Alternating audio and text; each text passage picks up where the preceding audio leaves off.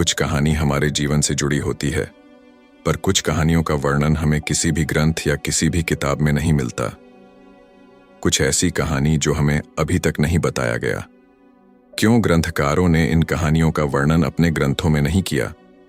क्या सच में उन कहानियों को जानने से हमारे मानव जीवन पर कोई संकट आ सकता है?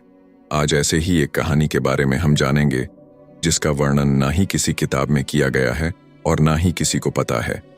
इतिहासकारों ने यह सारी कहानियां इतिहास के पन्नों में ही दबा के रख दिए। क्या आज भी उन कहानी में बताए स्थान इस धरती पर है? चलिए आज उन छुपे हुए इतिहास के पन्नों को उलटते हैं और जानते हैं उन कहानियों की सच्चाई। कहानी को शुरू करने से पहले अगर आप इस चैनल पर नए हैं तो इस चैनल को सब्सक्राइब कर लें और घंटी को भी बजा दें। तो चलिए इस कहानी को शुरू करते हैं।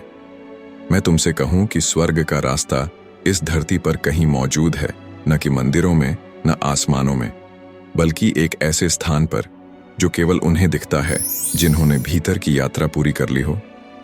ये कहानी है रुद्र नामक एक खोजी यात्री की, जो धार्मिक धारणाओं से दूर एक ऐसे सच की तलाश में था जिसे न विज्ञान ने समझाया न धर्म ने। एक दिन उसे एक गुमनाम पत्र मिला। अगर तुम जानना चाहते हो कि आत्मा कहाँ जाती है तो चंद्रलोक आओ, 7 दिन बाद स्वर्ग का रास्ता खुलेगा। पत्र में कोई नाम नहीं था, लेकिन हर अक्षर जैसे उसे खींच रहा था।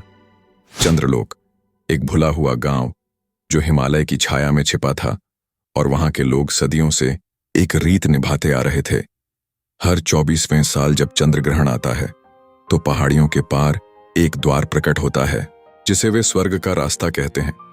लेकिन वह द्वार अब एक भय बन चुका था, क्योंकि जो भी वहां गया वापस नहीं लौटा। रुद्र, जिसे न डर था न मोह, पहुंच गया गांव में, लेकिन गांव वाले उसे देखकर डर गए, जैसे कोई अशुभ संकेत हो। एक बुजुर्ग स्त्री, जो गांव की सबसे बूढ़ी आत्मा कही जाती थी, बोली, अगर तू सच में वहां जाएगा तो या तो तुझे खुद को छोड़ना होगा या खुद को जानना पड़ेगा।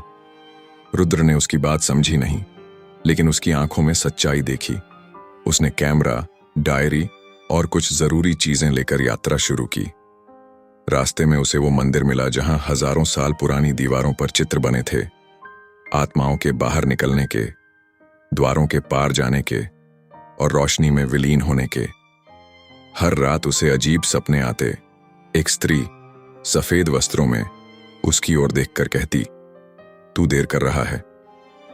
5वें दिन चंद्र ग्रहण की रात हवाएं अचानक भारी हो गईं।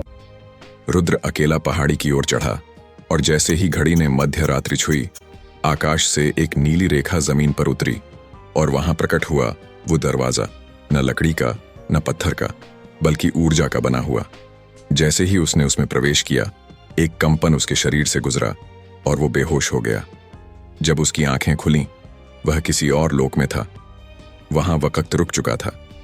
सब कुछ दिव्य दिखता था, रोशनी, फूल, हवा में तैरती आत्माएं और एक संगीत जो सीधे दिल को छूता था। लेकिन उस सौंदर्य के बीच एक पीड़ा थी। कुछ आत्माएं मुस्कुरा रही थीं तो कुछ रो रही थीं। वह चलता गया, और हर आत्मा उसके पास आकर उसका हाथ छूती और जैसे अपने भीतर के दुख का टुकड़ा उसे दे जाती। एक जगह उसे अपनी मां की आत्मा दिखी, वो जो वर्षों पहले चल बसी थी। लेकिन उसने कहा, मैं यहां नहीं हूं बेटा, ये बस तुम्हारे मन की छाया है। रुद्र समझ गया, यह जगह उसकी चेतना का प्रतिबिंब है। हर व्यक्ति यहां अपने स्वर्ग को देखता है, अपने गुनाहों, प्यारों, डर और लालच के साथ। जितना वो आगे बढ़ता गया, उतनी ही ज्यादा सच्चाइयां सामने आने लगीं। उसने अपने जीवन के उन पलों को देखा जिनसे वो भागता रहा था, अपने गुस्से, अपनी असफलताओं, अपने झूठ। यह कोई पुरस्कारी स्वर्ग नहीं था, यह आत्मा का आईना था। वहां एक वाचनालय मिला जिसमें हजारों आत्माओं की कथाएं कैद थीं। हर आत्मा एक किताब थी। एक आत्मा आई और बोली, तू यहां ज्ञान के लिए आया है, पर स्वर्ग ज्ञान नहीं, स्वीकृति है। रुद्र ने पूछा, क्या मैं लौट सकता हूं? जवाब मिला, यदि तू जान गया कि तू कौन है तो तू कहीं भी जा सकता है। उसने आंखें बंद की, गहरी सांस ली और पहली बार खुद को स्वीकार किया, अपनी कमजोरियों, डर और असफलताओं सहित। तभी वही स्त्री प्रकट हुई। अब तू तैयार है, लेकिन एक चेतावनी ले जा। जो तूने देखा उसे कोई मानेगा नहीं, फिर भी बोलना, क्योंकि सच एक बीज है जो कभी ना कभी जरूर उगेगा। और अगले पल रुद्र की आंखें खुलीं। वो गांव के मंदिर के बाहर पड़ा था, शरीर थका हुआ पर आत्मा शांत। गांव वालों ने उसे देखा, पर वो कुछ न बोला, सिर्फ मुस्कुराया। वो फिर चंद्रलोक से निकल गया, पर अपनी डायरी में लिखा, स्वर्ग कोई जगह नहीं, न ही कोई दरवाजा। वो एक अनुभव है जो तब होता है जब इंसान अपने भीतर का द्वार खोलता है।